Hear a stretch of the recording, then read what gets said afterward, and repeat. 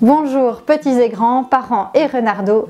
Dans cette vidéo, j'ai envie de vous faire plein de bisous. Évidemment, on va parler de cette fameuse méthode qui permet d'éviter les achats impulsifs. Vous me suivez ?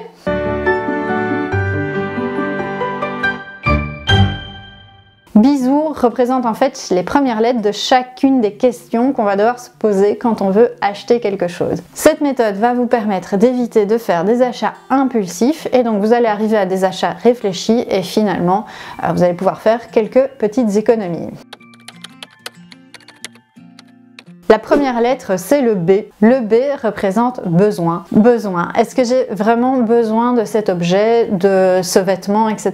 Est-ce que j'ai vraiment besoin de l'acheter? Et donc là, c'est vraiment la première étape où on va réfléchir à notre achat.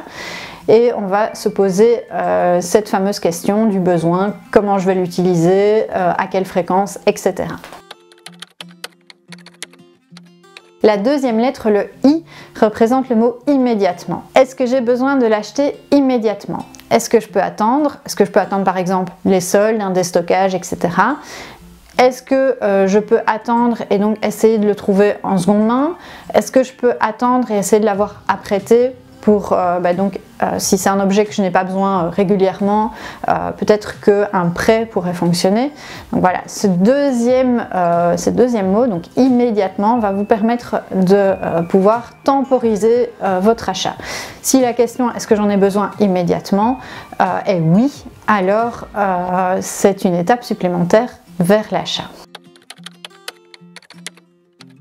Le troisième mot, c'est similaire, donc le S pour similaire. Est-ce que je n'ai pas quelque chose de similaire, quelque chose qui pourrait répondre à mon besoin immédiat dans mes armoires ou quelque part chez des amis, etc. Donc là, ça va vraiment être à cette étape-là que vous allez devoir fouiller un peu dans vos armoires et vérifier, tiens, est-ce que ça pourrait pas convenir pour l'usage que je veux en faire. Si vous trouvez quelque chose de similaire dans vos armoires et qui va tout à fait convenir à ce dont vous avez besoin, eh bien arrêtez là tout de suite votre procédure d'achat, vous n'avez pas besoin d'acheter un nouvel objet. Alors la lettre suivante, c'est le O pour origine. Là, on va vraiment se poser la question de l'origine de l'objet. Où est-ce qu'il a été fabriqué? Dans quelles conditions? Est-ce que son empreinte écologique en vaut la peine? Et donc là aussi, ça va vous permettre peut-être de vérifier est-ce que ce que je cherche n'est pas disponible plus localement? Est-ce qu'il n'y a pas un artisan qui fabrique ce que je cherche, l'objet dont j'ai besoin? Et finalement, de choisir au mieux votre objet en fonction de vos convictions écologiques et aussi de l'objet en lui-même, parce que certaines choses ne sont absolument pas fabriquées localement et bien évidemment là vous n'avez pas forcément le choix d'aller les chercher très loin. Et enfin, la toute dernière question qu'on va se poser, c'est est-ce que c'est utile? Donc le U pour utile. Et donc ça, c'est vraiment l'ultime question. Je vous ai suggéré de vous la poser vraiment à toutes les étapes, mais une fois que vous avez répondu oui à toutes les questions, ok, j'en ai besoin immédiatement, je n'ai rien de similaire, l'origine est ok pour moi, est-ce que ça va m'être utile? Et donc là, c'est vraiment l'ultime question qu'il va falloir vous poser. Encore une fois, si c'est utile 1 ou 2 fois par an, est-ce que ce n'est pas plus intelligent d'aller louer ou emprunter l'objet plutôt que d'en acheter un neuf?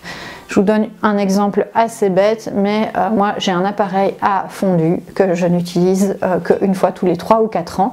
Et donc on me l'avait offert, c'était un cadeau, mais concrètement je pense que si j'avais dû procéder à cet achat, soit j'aurais simplement changé de menu, soit j'aurais trouvé quelqu'un qui pouvait me le prêter pour une fois de temps en temps.